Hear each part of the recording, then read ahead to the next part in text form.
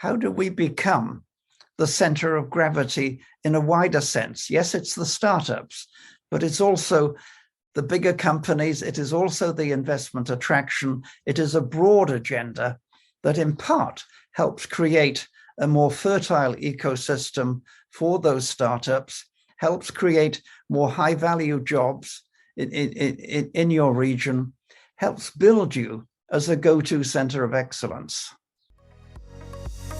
Welcome to Cleantech Forward, a foresight podcast where we explore clean tech customers, capital, and Canada's path to net zero. Tune in to learn more about Canada's most exciting clean tech startups, industry success stories, investor insights, and academic initiatives as we accelerate the growth and impact of clean tech together.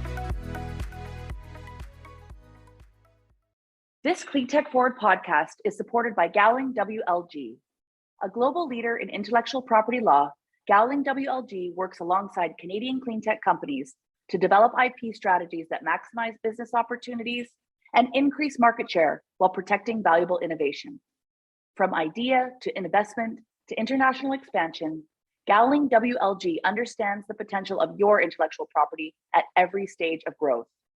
Visit gowlingwlg.com/cleantech to learn how they can support your business today. Welcome to the Cleantech Forward podcast. I'm Jeanette Jackson, CEO of Foresight Canada. This week, I'm speaking with Ifor Ffowcs-Williams, the founder of Cluster Navigators. Ifor is one of the founding fathers of cluster development as an economic strategy. Today, we talk about how a strong cluster can elevate Canada's status as a clean tech competitor globally and provide long-lasting economic stability within the industry. Hello, everyone. My name is Jeanette Jackson, and you are listening to Cleantech Forward, a podcast dedicated to clean tech and the global path to net zero through innovation, partnerships, capital, and collaboration. I'm an entrepreneur, investor, and CEO of Foresight Canada, Canada's largest clean tech accelerator. I'm also a mom and hyper passionate about everything climate and sustainability. I am here today with Ifor Ffowcs-Williams, a global leader in cluster-based economic development. Ifor has hands-on experience advising national and international organizations in over 50 countries. He has offered his expertise to organizations like the World Bank, the Organization for Economic Cooperation and Development, and the United Nations Development Program. So quite a special list there. Today, Ifor is joining me for a conversation about cluster development in Canada and how strong clusters can provide stability and longevity to clean tech in the country and put Canada on a global map for clean technology. Ifor, thank you for joining me. Jeanette, thank you for the invitation. A pleasure to beam in and to join you from New Zealand in the South Pacific. So Ifor, before we dive into everything clusters, tell me, how is the weather in New Zealand, and are you noticing some shifts as a result of climate change? Well, firstly, it's summertime. We're warming up as you are cooling down in your corner of the world. And yes, we're noticing more extreme weather patterns, more extreme cold, more extreme highs. We're noticing more dryness, more arid conditions in different parts of New Zealand. We're noticing more storms. So it is hitting us in a multiplicity of ways, and we need to adapt as you guys do. Absolutely. And for yourself, you have been a champion of clusters as a strategy for innovation and economic development. You know, Foresight's coming in from a climate tech lens. But tell us a little bit about Cluster Navigators and how you started your journey back in 1997. Well, firstly, I'm a little bit mixed up nationality-wise. I'm Welsh originally. Lived in Toronto for a while. I am a Canadian, amongst other things, but now fundamentally I'm a Kiwi. I'm a New Zealander. I was with New Zealand's Export Development Agency, and that got me interested in how in a remote part of the world do we help small businesses engage together, particularly for export markets? How do we build a culture of cooperation amongst our businesses? And then realizing it wasn't just businesses that need to collaborate, it was in a wider sense the local ecosystem that needs to be able to better work as a team. And thinking about an ecosystem, I'm including the universities, even the high schools. I'm including different government agencies. And a complication for you guys in Canada, relative to us in New Zealand, is you have 3 levels of government. You've got the federal level, you've got the provincial level, and the local level. In fact, maybe 3, even 4 levels of government in Vancouver, I sense. And that makes it a lot more difficult to align these different support agencies around a particular agenda, such as Cleantech. Absolutely. I'm not sure if you've followed along, but I will share with the audience here. Ifor has been instrumental in Canada's cluster development strategy when Western economic diversification, now Pacific Can and Prairies Can, embarked on an assessment on opportunities for cluster development in particular the province of BC, but also with some other supports with the other federal development agencies. Ifor's name came up, and I had the privilege of connecting face to face. How did these organizations, these government organizations, find you? Is it a referral or is it government to government? I'm so curious. No, it's usually word of mouth. Yes, I talk, I participate at conferences around the world, and people see me there. But in the last few days, I've been participating in a session in Spain. I've been participating in Hungary. So typically it's word of mouth. Now, you talked a little bit about sort of the different stakeholder groups. The triple helix model is pretty standard now, where you have academic institutions, governments, and of course, industry. And as you noted, in Canada, we do have some complexities with the different levels of government. I'm really curious about how you highlighted high schools. Can you share with us some examples of how high schools are getting more involved in different cluster development activities?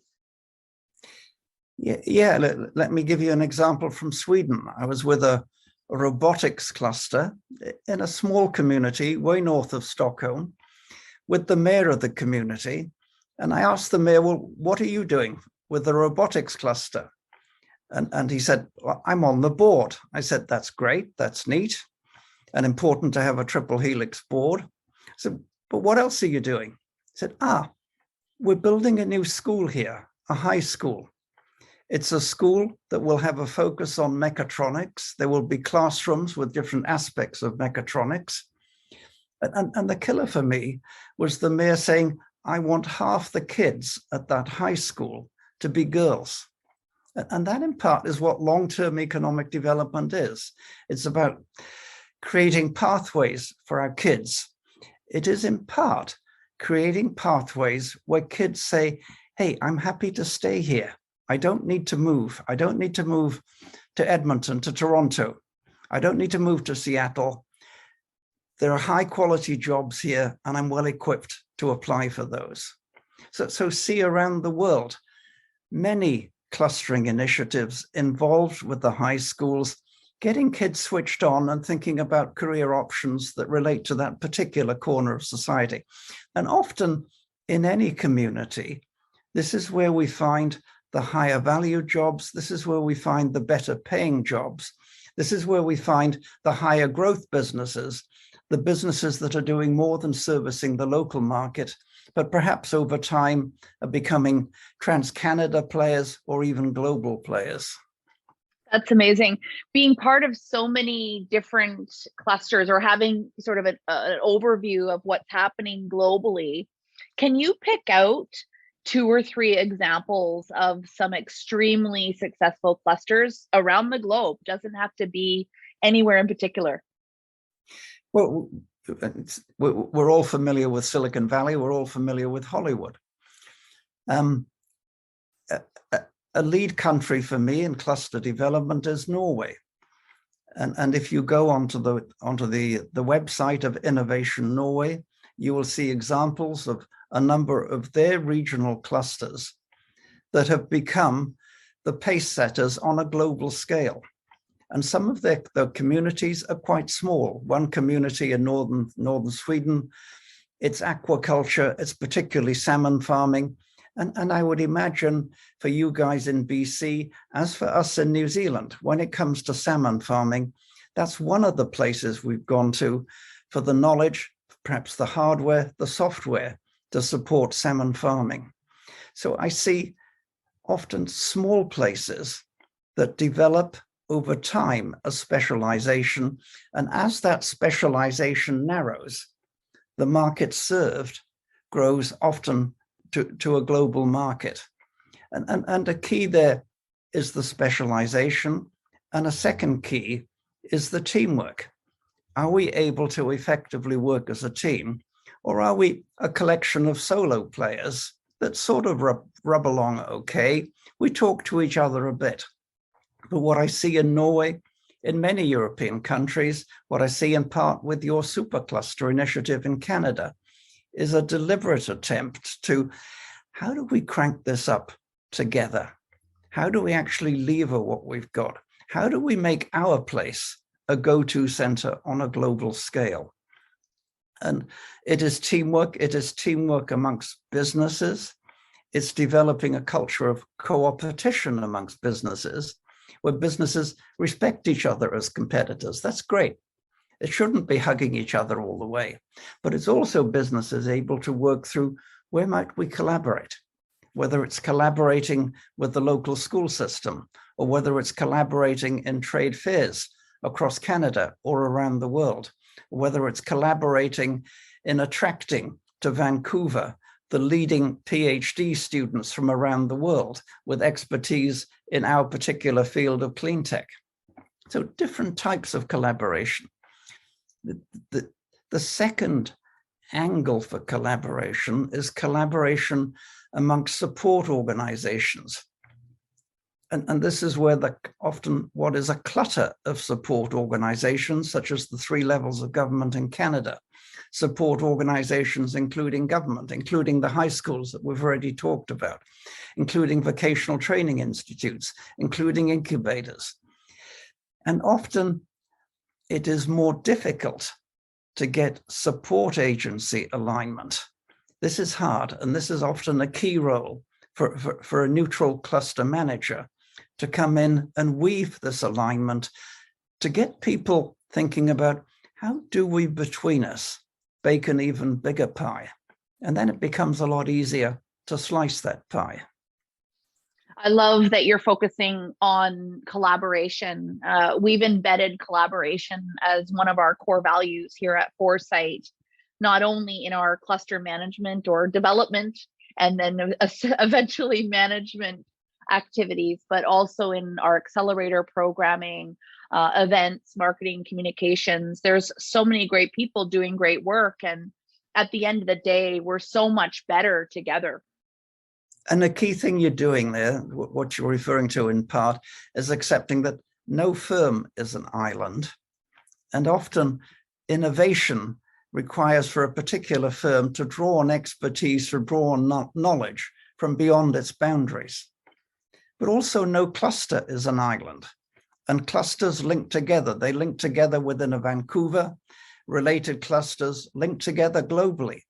And when linking together globally, accepting, yeah, at times we compete, but we can also help small businesses within each of our clusters link into other centers of excellence around the world. We can also create an environment where we can draw on knowledge from other clusters that can be absorbed by our businesses. I love the linkage, cluster to cluster development component that you're talking about. I know you've been following along a little bit about our largest sort of cluster development activity right now here in British Columbia. And we're actually taking a bit of a distributed cluster approach. You know, in Canada, we just don't have that proximity of people. Obviously, there's a few that have come out. We do have a bit of a digital we have the National Digital Supercluster here. We have lots of digital activities. But for us, we're also saying, look, let's look provincially. There's some regions across the province that have some pretty unique competencies. And if we can, like you said, ramp it up a bit and bring in some resources and some of the right networks globally, how can we, showcase some of the centers of excellent elements that these regions have. So I appreciate you highlighting that. And maybe in part what you're looking at developing in BC is a hub and spoke. And perhaps there is a natural hub in Vancouver. I imagine that's where most of the businesses in Cleantech are located. And probably they're not even scattered around Vancouver for a variety of reasons. They could be co-located around a university. But maybe thinking of spokes from that hub, and maybe to Victoria, maybe to Kamloops, maybe to Prince George, to other centers.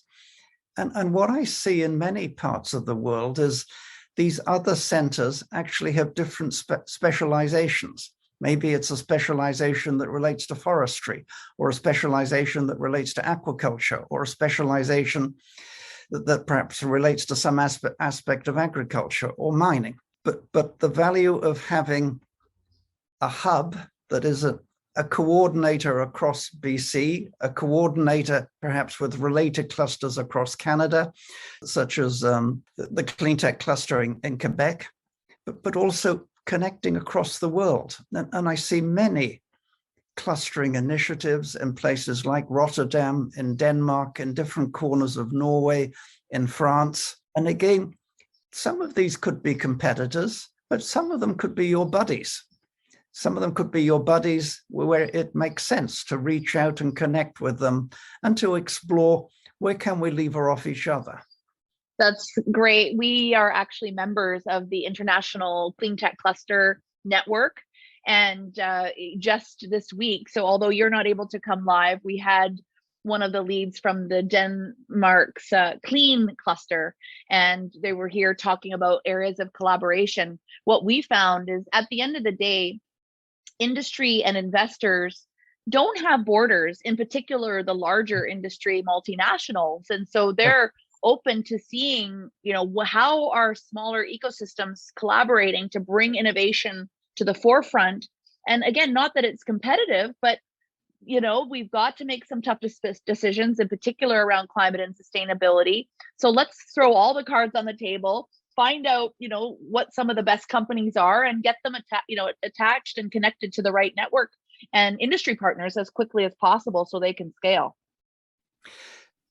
Around the world, many politicians think of cluster development, particularly from an investment attraction viewpoint. And it has its place. It particularly has its place if the cluster is able to move from just blowing its trumpet and bragging about what it has to more fundamentally understanding what actually are the holes within our ecosystem that could be filled by a quality investor from wherever in the world. So using the cluster particularly to narrow down to specifically target who are the businesses, what are the competencies that we really need to broaden out our local ecosystem. But just putting this in perspective a little bit, cluster development is primarily about building the local businesses. And once we've got a place established as a go-to center, such as the place in Norway that I talked about in aquaculture, the world knows about you. And in this sense, the world is becoming a lot simpler. It's becoming a lot easier for international buyers, even for international students that are looking at, well, where do I go to do my PhD? Hey, there's something hot going on in Vancouver. There's something perhaps slightly different going on in Victoria. So go to places that establish their credentials, are able to blow their trumpet loudly across the world, often quite naturally attract quality investors. Now, that makes absolute sense. For us, actually, we've separated investors or added them as one of the key ecosystem players. So we actually are using what we're calling a Helix 5, where we separate SMEs from industry, just given that their needs at the earlier stage are quite different. And then we've added investors. There's no reason private capital shouldn't be at the table. If you're having a strong economic impact, there's obviously an upside opportunity here. Neat one. And I sense part of your journey is identifying within this broad clean tech area, where do we actually stand out? And would expect a cluster to have a wide competencies in servicing the local market. But when it comes to being an international player, you can't be an international player in everything. So what are you darn good at doing? And often that relates to what are the centers, what are the activities that are stimulating clean tech? And is it perhaps cleaning up mining sites? Is it perhaps forestry related? What are our niches? Where might we stand out? And maybe in BC, it's 2 or 3 niches where you can become over time a global player. Just as I see in Norway, it's not one thing in clean tech, it's different things in different parts of Norway. Absolutely. I want to also touch on one of the words that you used, co-opetition. I am a fan of the word. We sort of define it as an opportunity to really have to put the hard decisions on the table on what solutions, are going to get to the top, but also it's an opportunity to pool resources to achieve a technical or a business market milestone that otherwise could not be achieved alone. Is that part of your definition as well?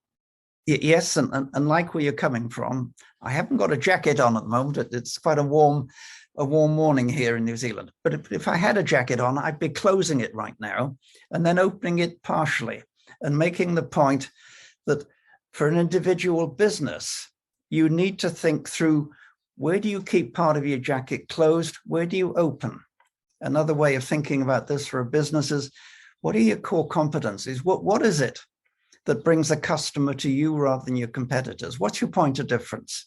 And arguing here, no business should share that. So important to understand that. But other things, let's open our jackets. If we've all got an issue of where are we going to find the next generation of apprentices, or if we've all got an issue in developing some pre-competitive technology, or we've got an issue in participating, or the opportunity to participate in trade fairs in Germany, in Toronto, in Chicago, wherever, then let's engage on that. So culture of co-opetition that could be at an umbrella level across the cluster, or it could be 2, 3 businesses saying, between us, we could invest in that particular technology. Between us, we could hire an export manager to look at attracting business to our 3 businesses from way beyond Canada. So collaboration at a business level, at a confidential level, but also collaboration cluster-wide. Now, we've really talked a lot about clusters that already exist and some of the different ways that clusters are coming together.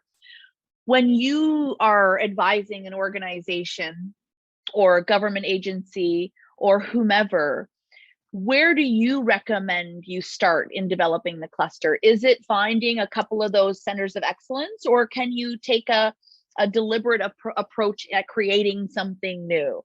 What is that ground up activity to begin with? Yeah, neat one, Jeanette. And cluster development is bottom up. It's understanding what is the pattern of activity that we have in a community, whatever the geographic space of that community. So it's not talking about, let's get into nuclear engineering in South Vancouver. It's understanding, we already have a number of companies in this clean tech space. Now let's understand where there might be common agendas, where there might be some common pressure points, some common issues, some common opportunities across those businesses. So it is, as we start, understanding quite deeply who are the key businesses and what are their issues. And then exploring, okay, where might there be collaborative projects that support those businesses? And some of those projects could be confidential, 2, 3, 4 businesses combining, or they could be cluster-wide, working with the high school system in South Vancouver or whatever. Important that you're not trying to invent a cluster. One of the things I do early on in developing a cluster is bring together the different public agencies, academic institutions that have got some competency, some knowledge. And often I find this group of support organizations, the three levels of government that we've talked about in Canada, the universities, perhaps vocational training, people from those organizations have never actually sat at the same table together to talk about cleantech or whatever that cluster might be. So a key role again for a clustering organization using its neutral corner to bring people together and to help work. Again, how do we bake this bigger pie? How do we better engage? And often in totality, a cluster development initiative doesn't require additional public funding. It enables the existing agencies to more narrowly fine-tune their support in that particular area. So you talked a little bit about that facilitator component when we were doing sort of what we call phase one of the cluster development strategy here starting in BC.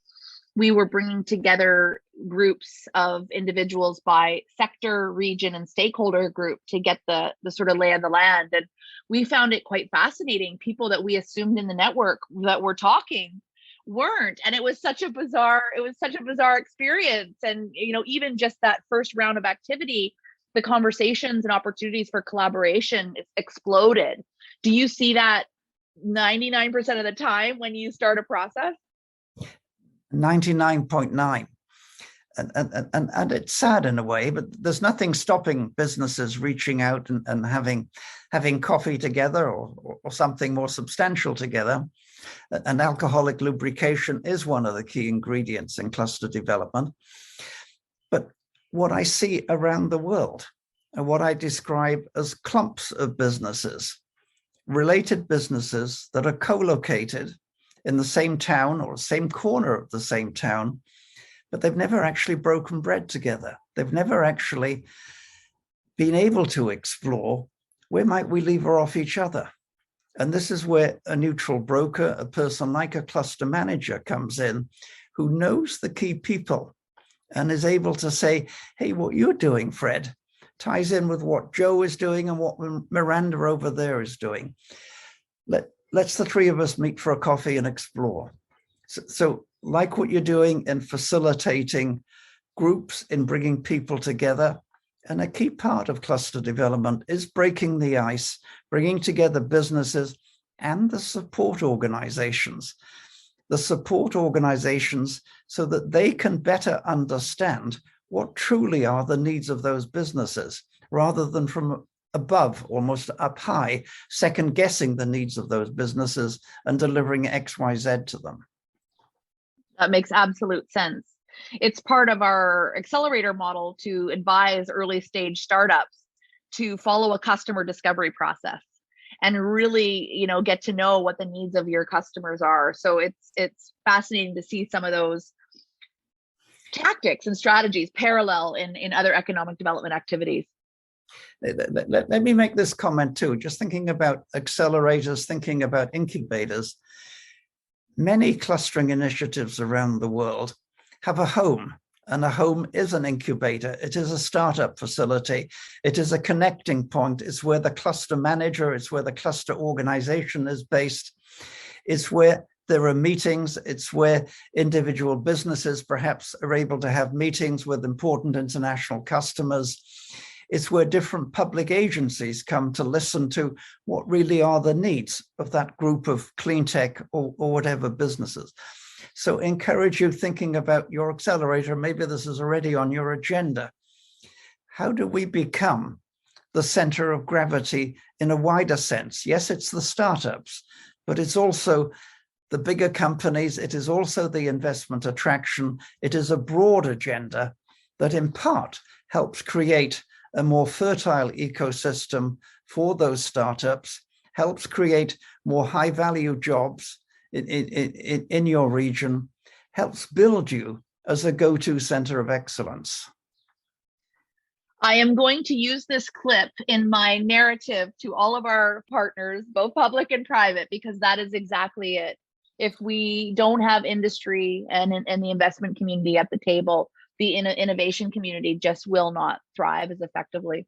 And I was just going to emphasize again, one of the most difficult things in cluster development, compounded when you've got multiple levels of government, is getting all the different agencies aligned, getting your ducks in a row there, and getting them aligned in parts so they can more closely listen to what are the needs. So a key role for a cluster manager is being able to articulate, for example, to External Affairs Canada, what are the priority export markets? Being able to articulate to a university or a training institute, what are the primary training needs? Being able to articulate to financial intermediaries, what are the issues?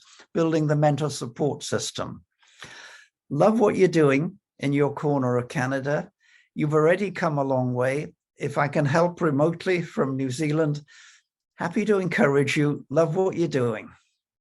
Thank you so much, Ifor. You're definitely on the top of our outreach list as we continue to scale up their activities here.